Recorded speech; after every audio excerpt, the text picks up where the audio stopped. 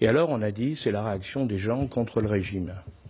Alors moi je vais vous donner une autre version pour vous faire réfléchir, sans prétendre bien entendu qu'elle peut être la seule. Mais je crois qu'il ne faut pas l'oublier, alors que malheureusement en France en particulier on l'a complètement oublié. Il faut revenir 15-20 ans en arrière, quand les Iraniens ont découvert le plus grand gisement du monde de gaz, le gisement South Pars, qui est en Iran et sur lesquels d'ailleurs les Qataris peuvent prendre du gaz par un percement à 45 degrés, puisque le gaz qatari, pour la plus grande partie, est situé sous l'Iran. Ça, il faut le savoir. Donc, le gisement South Pars, quand il a été découvert, tout le monde s'est dit c'est un formidable gisement, il faut donc l'exploiter. Et des deux côtés, les Qataris et les Iraniens ont réfléchi comment ils pourraient faire. Les Qataris ont eu l'idée, appuyée par l'Arabie saoudite, de faire un pipeline, un gas pipe exactement, qui partirait du Qatar, qui remonterait par l'Arabie et la Syrie, et qui irait ensuite se brancher sur l'autre pipe actuel, à l'époque le South Stream, le pipeline qui passe par la Turquie et qui amène du gaz vers l'Europe. Et c'était un grand projet parce que ce gaz qui allait vers l'Europe par le sud allait permettre de contourner justement la Russie, allait permettre de contourner toute la partie nord de l'Europe. De l'autre côté, les Iraniens, eux, qui voyaient qu'ils allaient avoir une quantité importante de gaz disponible et n'ayant pas de débouché du côté occidental, ont eu l'idée de faire un gas pipe qui irait de l'Iran par l'Irak, puisque les chiites contrôlaient l'Irak, l'Iran vers l'Irak et de l'Irak vers la Syrie, pour faire un débouché gazier à côté du port de Tartous, donc en Syrie, et qui permettrait à ce moment-là aux Iraniens de vendre leur gaz vers tous les pays occidentaux, en particulier les pays autour de la Méditerranée, la partie nord, c'est-à-dire la France et les autres. Ce projet a pris forme en 2010.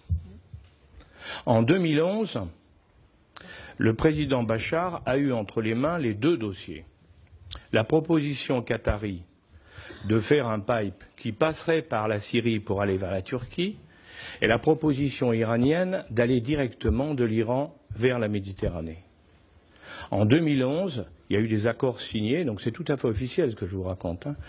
En 2011, Bachar a signé un accord avec l'Iran, a choisi délibérément le pipe iranien, au détriment du pipe de l'autre côté. Et que s'est-il passé? Sans aucun doute, pure coïncidence, 3 semaines après, les troubles ont commencé.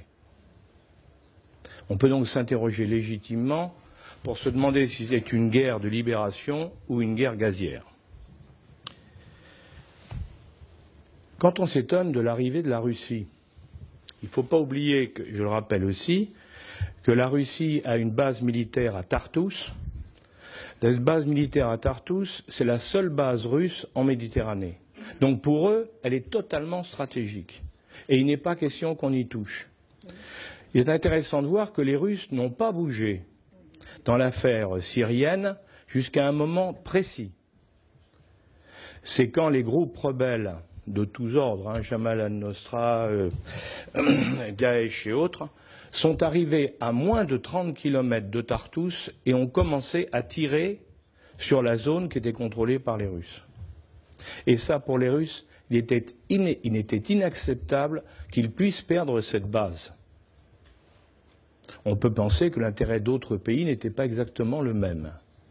Mais en tout cas, pour eux, il n'était pas question qu'ils puissent lâcher cette base qui était vitale sur le plan stratégique pour eux et dans la région.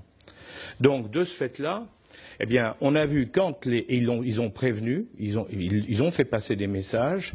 Dès que les rebelles sont arrivés à moins de 30 km de Tartous, les Russes ont armé et ont commencé à tirer, non pas effectivement sur Daesh, mais sur tout groupe rebelle qui était à moins de 30 km de Tartous.